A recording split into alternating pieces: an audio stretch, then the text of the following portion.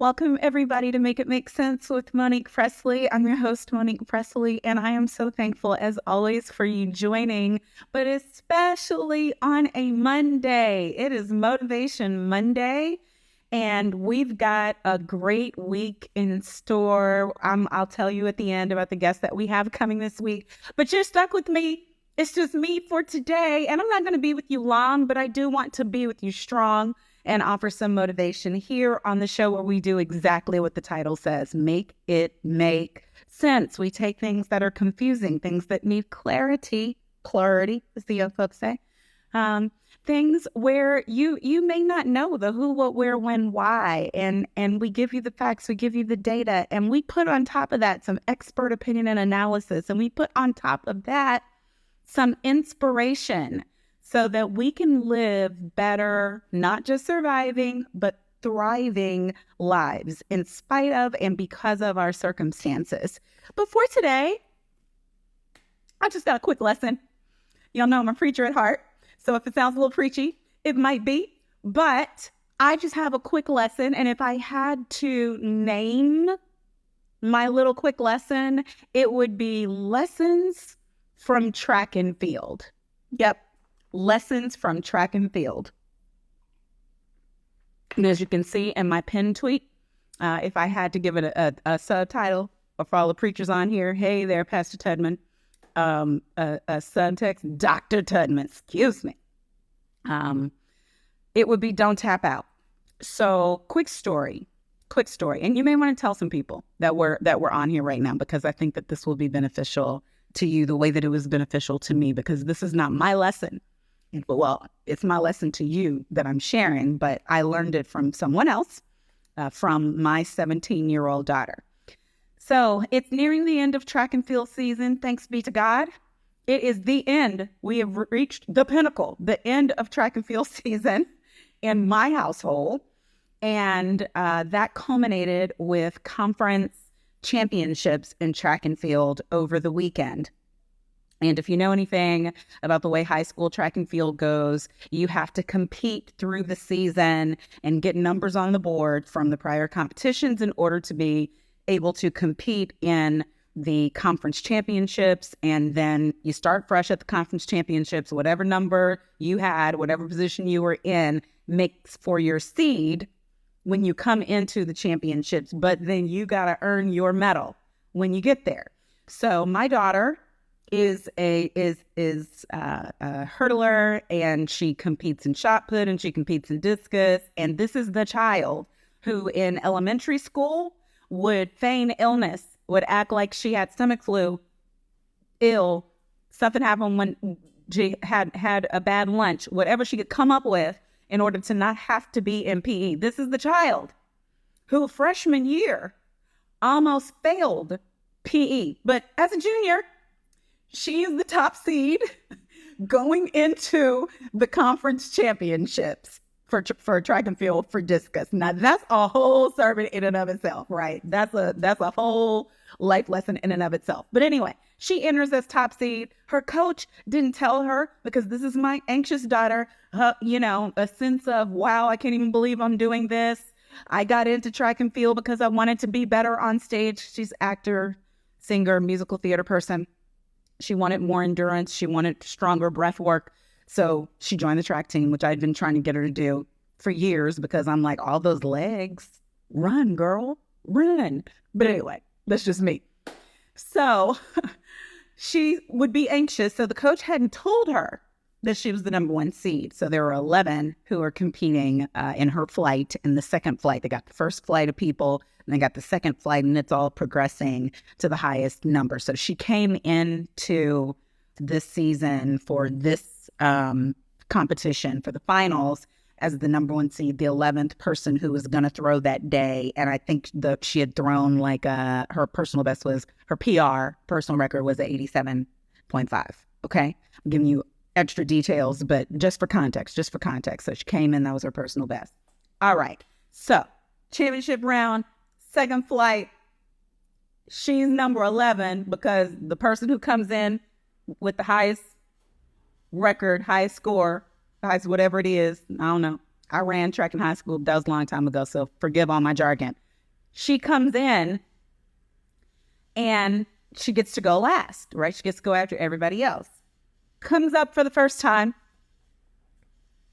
does all her warm-up, went through the warm-ups. She threw well in the warm-ups.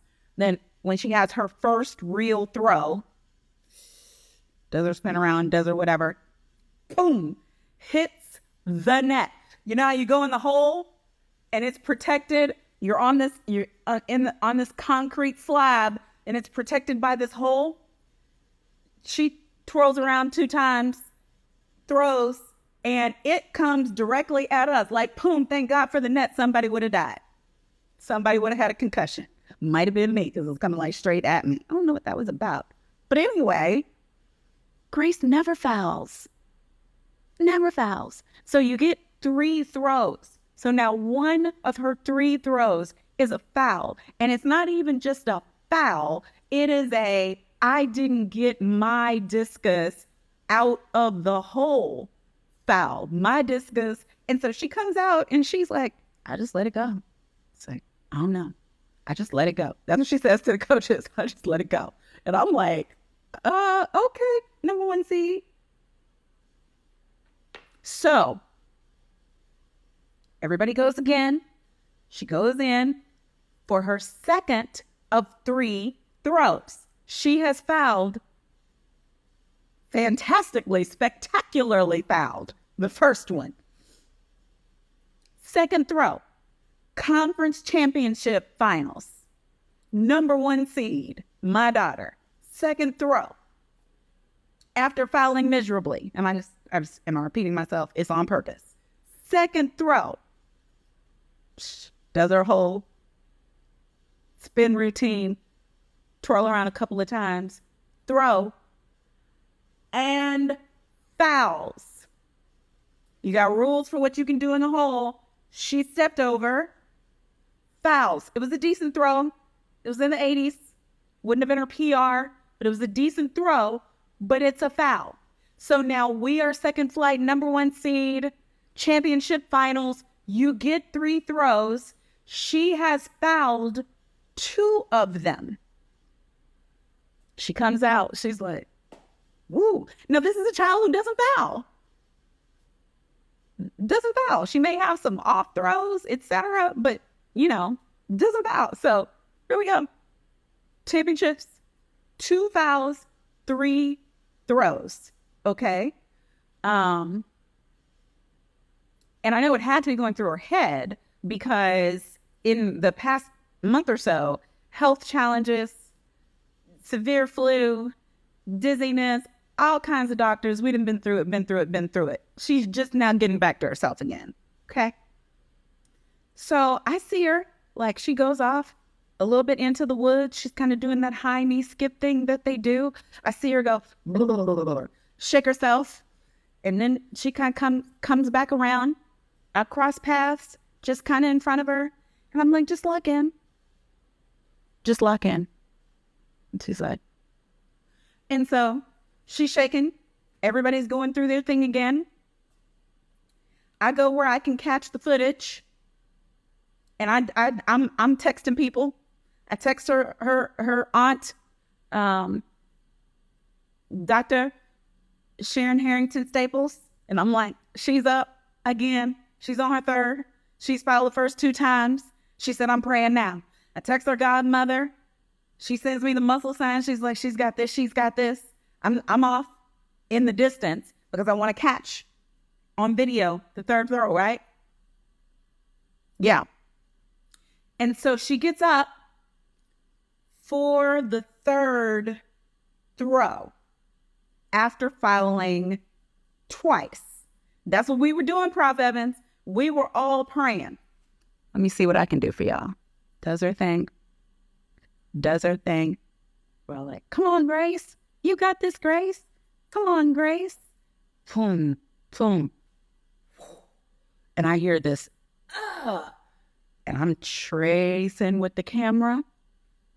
Way out in the sky, the discus goes. That girl threw a 92.6. 1 foul, in the hole. Second foul over the line. Third throw of 3, 92.6. Personal best record, 10 feet higher. At that point, 10 feet higher, longer than what anybody had thrown.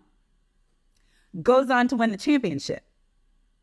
So right now, my daughter, number 1 seed going in, is the conference champion, WCAC champion for discus. First conference all-team for discus. Almost failed PE. First conference all-team for discus. I'm going to try to get it and send it to y'all. But I think it'll mess me up, like where I'll click out, and I don't want to click out on y'all. And so that's what happened. Yay, go Grace, go. But I saw the lesson. 3 lessons, real quick ones, and then I'm done with you guys. And this is why I said don't tap out. The first lesson is past failed performance does not preclude future success. Y'all got that?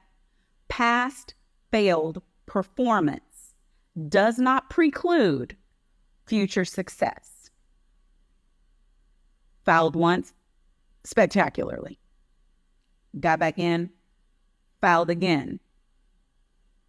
Rookie mistake. Third throw, best throw she's ever thrown. Personal record for competition, and won the whole competition because they took that best score and then they went into the final round and she got to throw 3 more times, but everybody still had to beat her best score and no one did.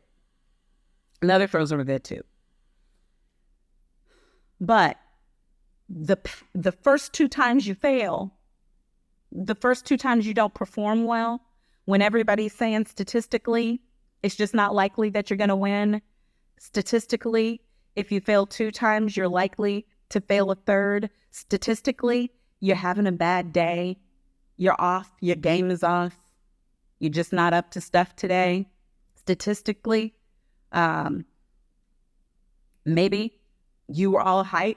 Why did a person come in here number 1 seed if all they're doing is fouling out and making rookie mistakes? Past failed performance does not preclude future success, which leads me to my second point.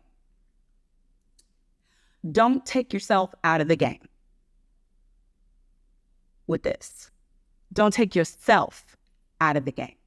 Because if you have 3 total opportunities, even if 2 of them have been utter failures, the only reason that the third one would for sure be a failure is if you foul out, if you tap out, if you take you out of the game. Here's a contrast. Teammate of hers having an equally abysmal run was in the first flight, fouled the first time, in warm-ups had thrown an 87-2. Fouled her first throw, fouled her second throw. We're all like, oh, Lord, feeling for her. As she goes to get her discus after that second throw, I could see the tears coming in her eyes. She wanted to cry. She didn't cry, but she wanted to cry. She went to the coach, shrugged her shoulders, went to people for a couple of hugs. She was defeated, and she went up, and the third throw was also a foul. So that's 3 fouls in the championship round. That's devastating. We were devastated for her.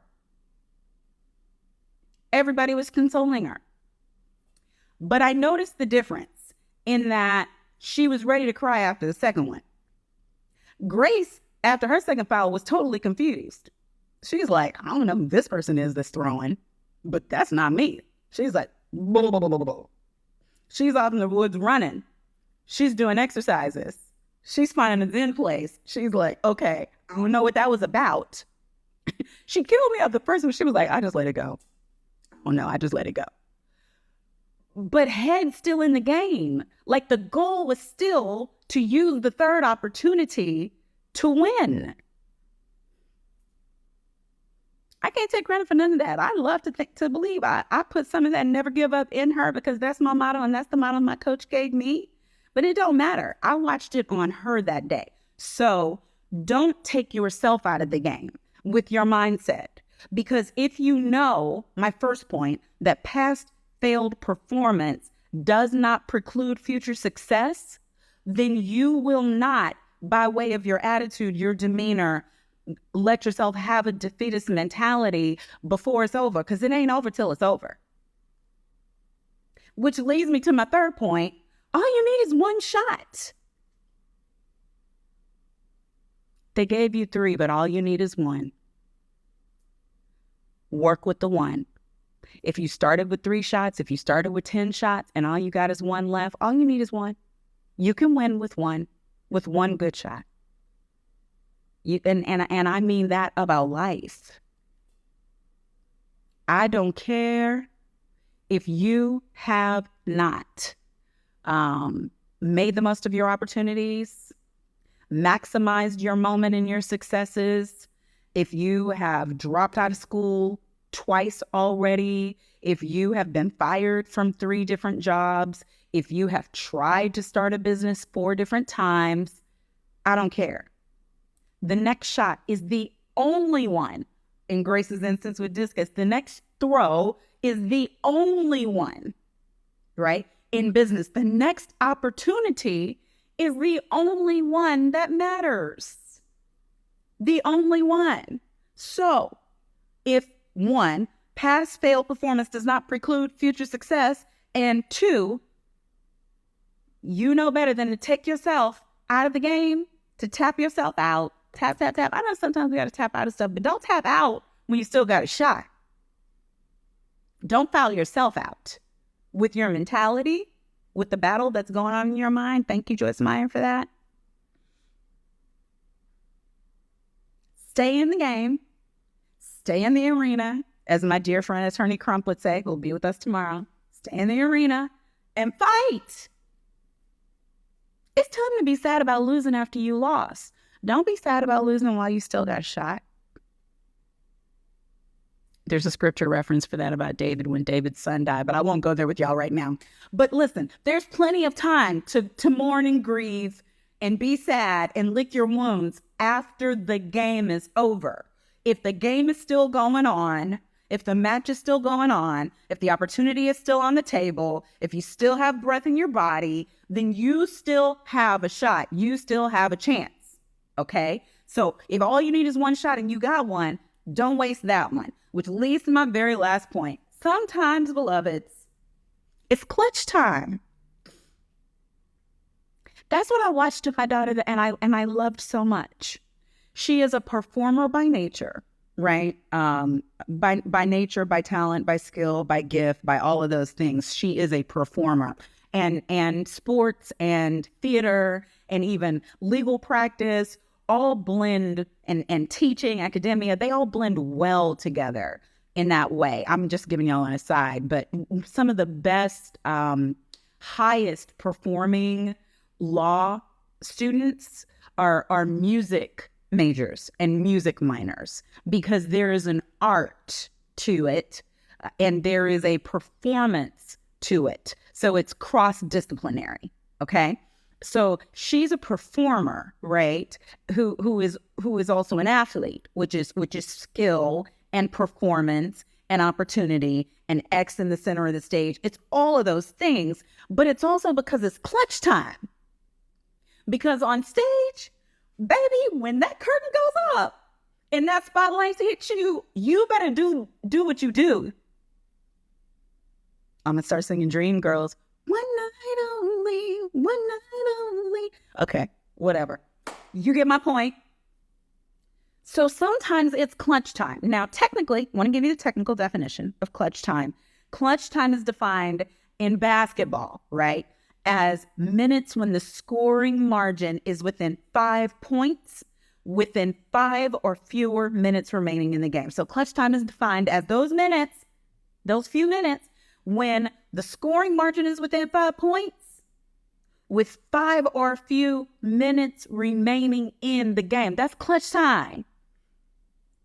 We 3 points, 3 minutes left on the board. We 2 points, 30 seconds left on the shot clock. That's clutch time. Okay? Clutch time more generally is defined as the ability to perform well under pressure. Clutch time. The ability to perform well under pressure. So what I saw in my baby girl was the ability to perform well under self-inflicted pressure. Nobody else created those circumstances. Obviously, conference championships, finals, that's pressure enough. That's high stakes games for high school. But the first foul, her fault. The second foul, her fault. That is self-created, self-inflicted pressure. That is a pressure cooker by design, self-design, and then the ability to perform. Because what I'm trying to get you guys to get rid of is every single possible excuse. I don't want to hear, I keep messing up, I'm going to mess up again. I don't want to hear the circumstances of life made me mess up the first 2 times. Forget about the second time, I'm going home. It's all she wrote. It's a bad day. It's over for me. It's a bad life. It's over for me. I don't want to hear I constantly mess up when I'm given big opportunities. Don't say that stuff to yourself. Be kinder to your spirit than that. Guard your soul space from intruders and enemies, even if the enemy is in me, if it's in you. Guard yourself. Love yourself enough. And here's the other thing that we do sometimes. We don't want to feel the ultimate disappointment that comes from giving our all. So here comes the self-sabotage. Here comes the self-diminishing expectations.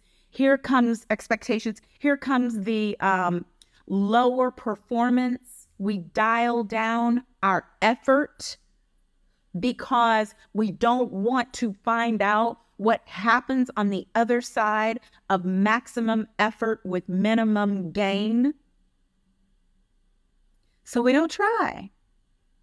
And even if we do try, we don't give it our all. We don't put our whole self into it because we may just think at whatever stage of life we're in, we can't handle the taste, the feel, the heaviness, the pain of the disappointment that comes from failing after we've really tried our very best and still failed.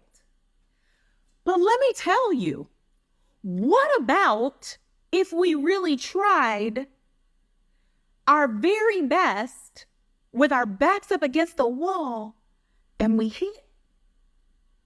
Can you imagine that elation? Can you imagine what that would feel like? How sweet the taste of a victory like that in life? If we gave our all and we just said, come what may, I'm going. If I perish, let me perish. Yep, see, there comes the preacher. But I'm going. I'm going. And what is back here in the land of playing it small that is so yummy and desirable that I should choose to stay here? Don't you know that land will always be available to you? Like the going higher is an option, but the lower lane, the plane, the level playing field where nobody's climbing, nobody's aspiring, nobody's reaching. That's called it's called bottom. Love. It's called bottom. Why do you want to eat there? Why do you want to feed there? When in you is greatness and aspirational dreams, when there is potential and even actual in you before they did the thing that hurt you, that sent you running for the corner, that sent you safely back down to feet at the bottom, before life hit, before all the unexpected curveballs, before the disappointments, before the deaths, before the illness, before the divorce,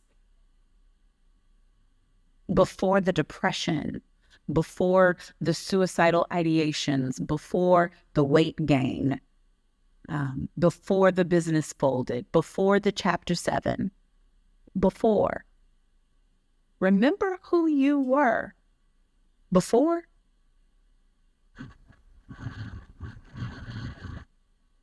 He's still there. She's still there. Do you know why they're still there? Because that is your essence. That is who you really are. That is your spirit man. That's who that is. That is before world could come in and jack you around and mess you up, and before you could come in and jerk you around and mess you up. That's who that is. So that person is worth the one shot, right? If you got one shot left, if it's clutch time, is it clutch time in your life? Have you already tried some things and failed, and tried some more things and failed, and got in the arena and disqualified yourself and taken a wrong turn? Maybe you took a wrong turn with your character and tried some shortcuts. Maybe you took a wrong turn in the way that you manage your relationships and failed. Maybe you took a wrong turn because of all of the circumstances of your life. But if you sense it in your spirit and you know, y'all can put some hearts on the screens if you feel me. Thank you for doing that. If you know that like you're at your one shot, that it's clutch time, I would urge you.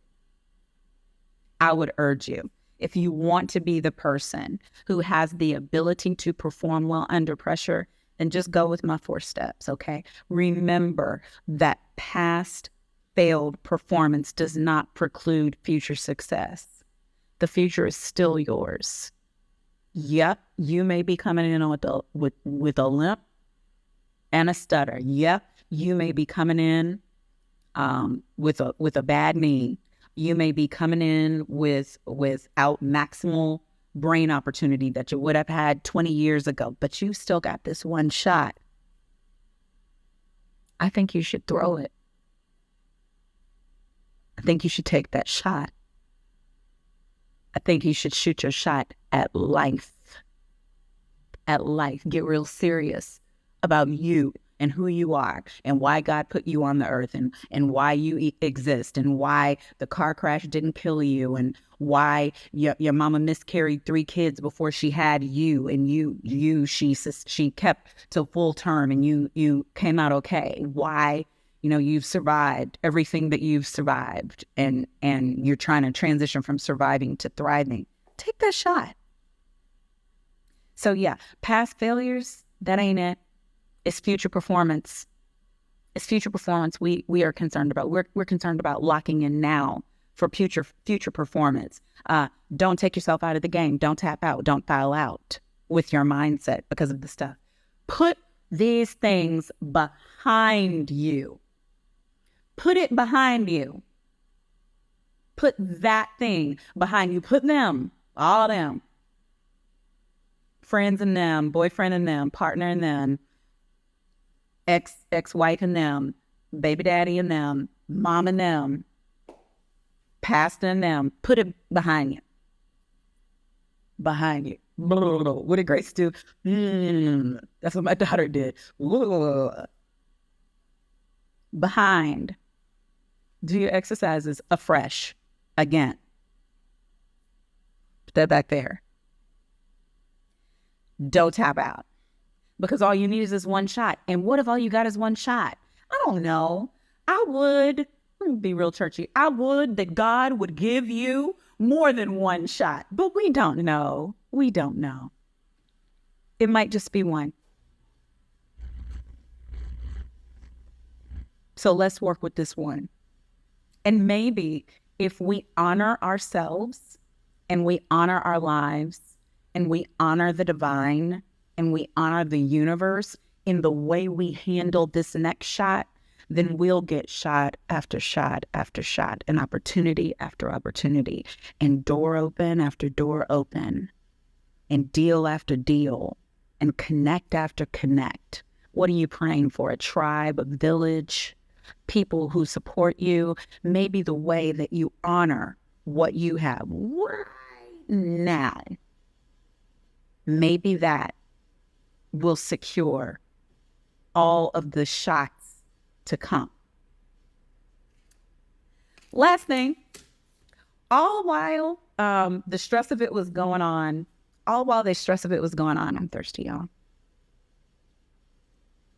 My daughter kept saying something, and the teammates around her and her coaches, her head coach and her field coach were there. Everybody was just trying to be supportive because remember, she would shoot, throw, and foul, and then she had to wait for 10 more people to go to get back again. So after she had done her and after she had gone running through the field, and there's a whole lot in there. I could talk about how grass and woods and all of that stuff helps whatever. I mean, I've done that before. I will go back and do that again. Maybe that'll be part of a Wellness Wednesday, but we just try and do Motivation Monday. Let me stay on track. So then she sat down on the ground and everybody was just like, do what we can, and I was staying away because I know she got a mama, right? And I don't want to bring all that goes along with the kind of mama I am to that situation. So I cordoned myself. After I said lock in, I just backed up and went off to do the video, right? But she kept just saying exceptional situations. And everybody seemed to know. They were like, she's like, exceptional situations. That's what she said after she filed the first time. That's what she said after she filed the second time. And she was just sitting there. She just kept saying exceptional situations. And I was like, so after she had won and after she had jumped up in elation, jumped up and down and all of that, I was asking her, I was like, Grace, what did you mean? I'm going to try to see if I can send you guys. If I hang you up, y'all just come right back. I'm going to try my best not to hang you guys up. But if I ended up hanging you up, just come right back in because I'm trying to give you the last video image so you can have a better understanding of what this felt like for us in real time. But she kept saying exceptional situations. And she was just shaking her head. She was like, exceptional situations. And I asked her afterward, I was like, Grace, why did you keep saying exceptional situations? And she said, oh, Mom, she's like, that's what Coach Pla, her coach, that's what he says to us all the time. He says, if you want to have exceptional opportunities, then you have to put yourself in exceptional situations. If you want to have exceptional opportunities, then you have to put yourself in exceptional situations. I love a good coach because it stuck with her. Like she talks all the time about how he goes and he has his notes. He has everybody at the end of practice and he's going on. And I'm sure sometimes he has to be feeling, just for us coaches out there in the world, he has to be feeling like, are these girls getting it or aren't they getting it? Can they hear what I'm saying or not? But she got it. And the part she kept repeating to herself, as she had fouled out twice and 3 times she was going to have a shot, she kept saying exceptional situations because her coach had said, if you want to have exceptional opportunities, you have to put yourself in exceptional situations. And she knew she was in exceptional situations, so she had to perform because it was clutch time. And I loved that because I feel like in life, I want to make sure I'm always looking for the exceptional situation so that I can have an opportunity to perform.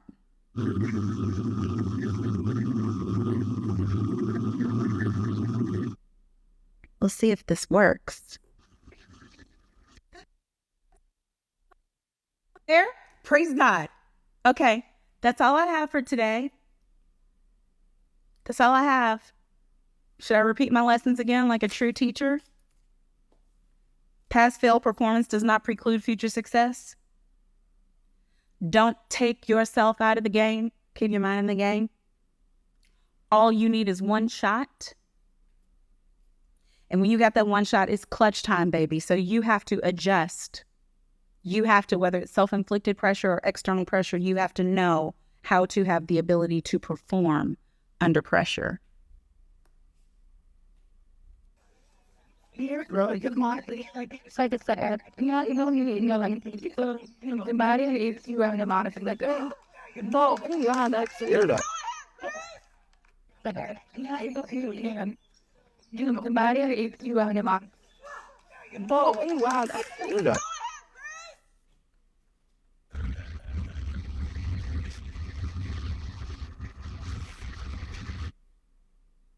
Go ahead. There's grace on your life. Still got one shot. You still got one shot. Throw it. Okay, I love y'all. That did something for me. I hope it did something for somebody else because it surely did something for me. I love y'all. Please follow us, subscribe to my YouTube channel, Monique Pressley TV. If you want to support us, you can become a friend of the show or sponsor, advertise with us. You can email us at sales@moniquepressley.com. You can give. $ Monique Pressley TV is the Cash App, and paypal.me/Monique Pressley TV. And you can share what you learned here today. If you want exceptional opportunities, you have to put yourself in exceptional situations. Don't tap out, don't foul out. Past failed performance does not preclude future success. Keep yourself in the game. Because your mind is in, your body will follow. Tomorrow, we have Attorney Benjamin Crump with some latest legal news and with a special announcement. I've got something special that we're going to talk about with him. Wednesday, the Queen, Tamika D. Mallory, will be in the house. Thursday, my girl, Erica Savage, will be with us. Don't miss anything. You can't miss nothing right along through here. We coming out hot, okay? I'll see you tomorrow, noon Eastern. I hope I've helped you make something make sense and motivated your Monday. Love you. Bye-bye.